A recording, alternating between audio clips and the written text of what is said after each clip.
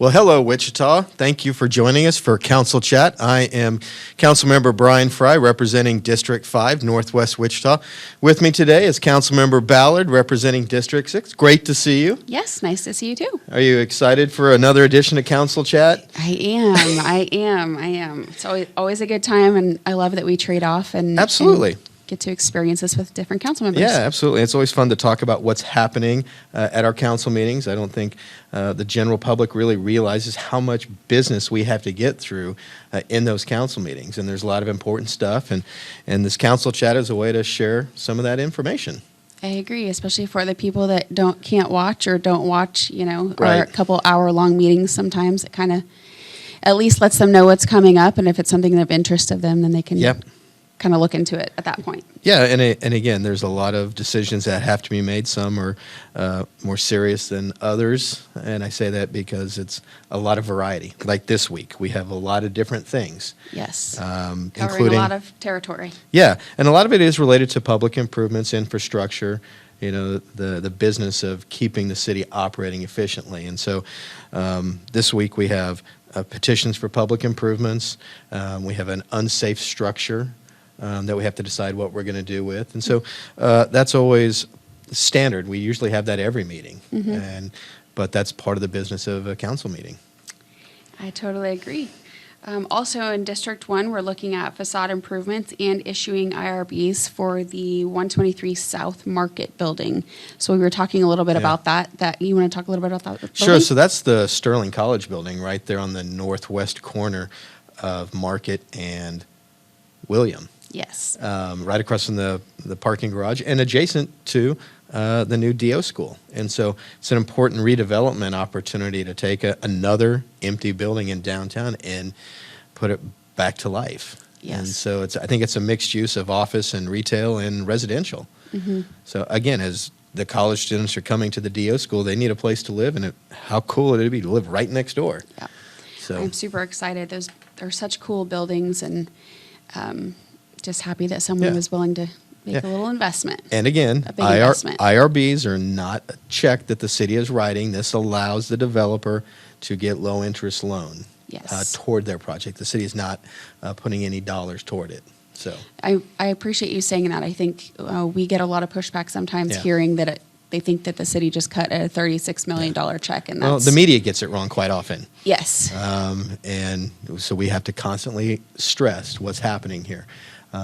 Because it is a very big project. It's $565,000, but they're paying for it through special assessments and getting a special interest loan via the IRB. So we just can't tell that enough, yes, right? I agree.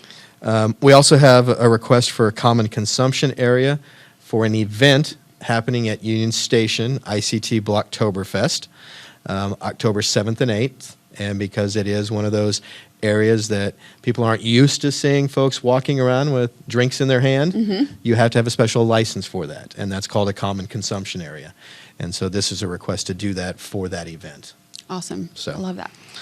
We also have our annual look at our cultural funding allocations, and this is where we grant about $432,000 to cultural institutions for operation, everything from our large scale down to the small, really more independent nonprofit cultural arts groups. And so it helps with their annual funding. It's, again, something that we've dedicated as part of our mill towards cultural arts. But this, again, helps with their operation. So we'll go through that list of who's getting awarded. And again, there's a scoring system that our cultural funding committee reviews, and they make recommendations based on those scores. And so it's a very specific justification for why this group gets it and this group doesn't. Yes. So we're just not picking winners and losers. There's a scoring system and a committee that's making recommendations. Yeah, I was just looking at that before I came in here, and it looks like there's some additional new applicants this year that could potentially be awarded some money, and then some that have been on there before. So I love that we're expanding. And we also get groups that decide they don't want to do that anymore. And so there's that ebb and flow. So. Yes. We're also looking at a bond and note sale, several public facility repair and replacement projects, and a sanitary sewer interceptor improvement project in District 2. Yeah, that's a tongue twister, right? Yes, it's a mouthful. Yeah, and again, that's basically because there's growth. Yes. And the wastewater treatment plant, 4 Mile Creek in District 2, needs additional capacity to handle the growth. And so that's what that project does. I mean, it's just necessary to do. And that's typical, right? When we have projects that need additional resources because there's growth. That's a great thing, having additional growth in the city. So, Yep, absolutely. speaking of that, in my district, we're looking at expansion for Westlink Library. Several years ago, we did a in-depth look at our branch libraries and where the improvements needed. We made improvements to Evergreen, and then also now the Ronald Walters branch. And the next one in that line was Westlink. And Westlink is an amazing success story. It does incredible business. Yeah. Especially during COVID. A lot of people were checking out a lot more books and materials than ever before. So it's needed it for a long time. And so I'm very excited about that we're going to be able to hopefully make some expansion there and really serve, because it's interesting. It serves not only 259, but we have kids from Goddard and May School District that use Westlink Library. Interesting. So it really is a regional branch library. And so dramatically needed. Yes, that's awesome. And then Century 2, and we get a lot of discussion about, what's happening with that. Are you taking care of it? Well, this year the council approved $18 million in capital dollars to go towards deferred maintenance. Yes. The roof, Yes. the HVAC, the fire alarm system, things like that, so that it can be functional, operational, and safe. Yes. While the community decides, what's going to happen. But we can't defer maintenance any longer. So of that $18 million, $10 million is in 23. And that's what we're going to talk about on Tuesday, is get that initial $10 million investment to take some care of the more critical things.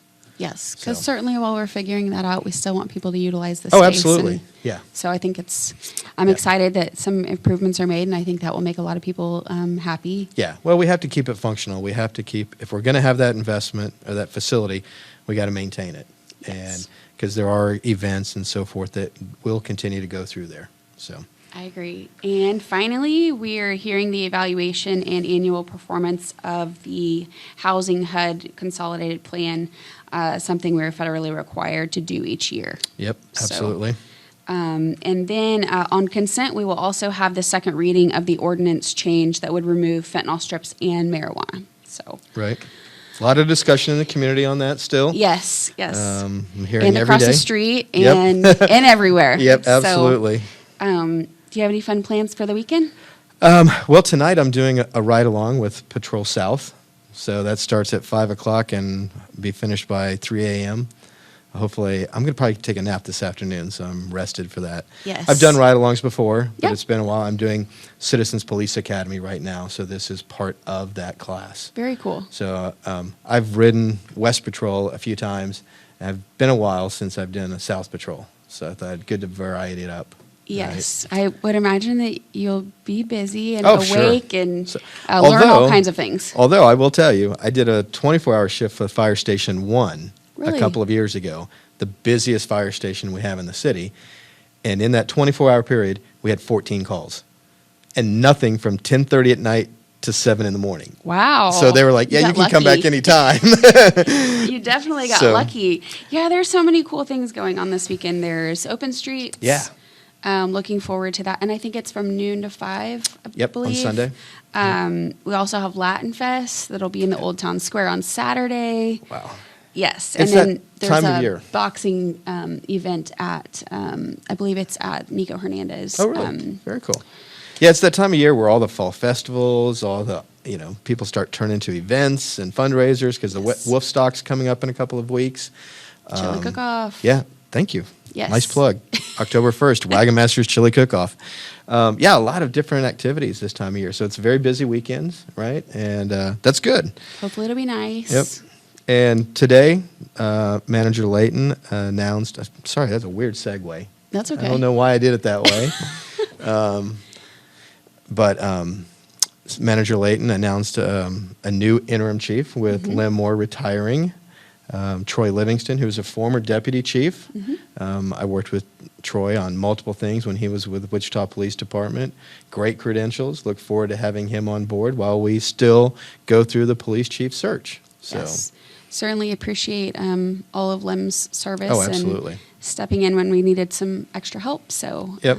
And again, Lim's a longtime guy who's been around and done a great job for the city of Wichita. So wish him the best of luck. And we get Troy in here for the next, hopefully just a few months while we get that national search finished. So. Awesome. Well, thanks for joining us. Be sure to subscribe and follow on Apple, Spotify, or wherever you listen to your podcast. Thank you.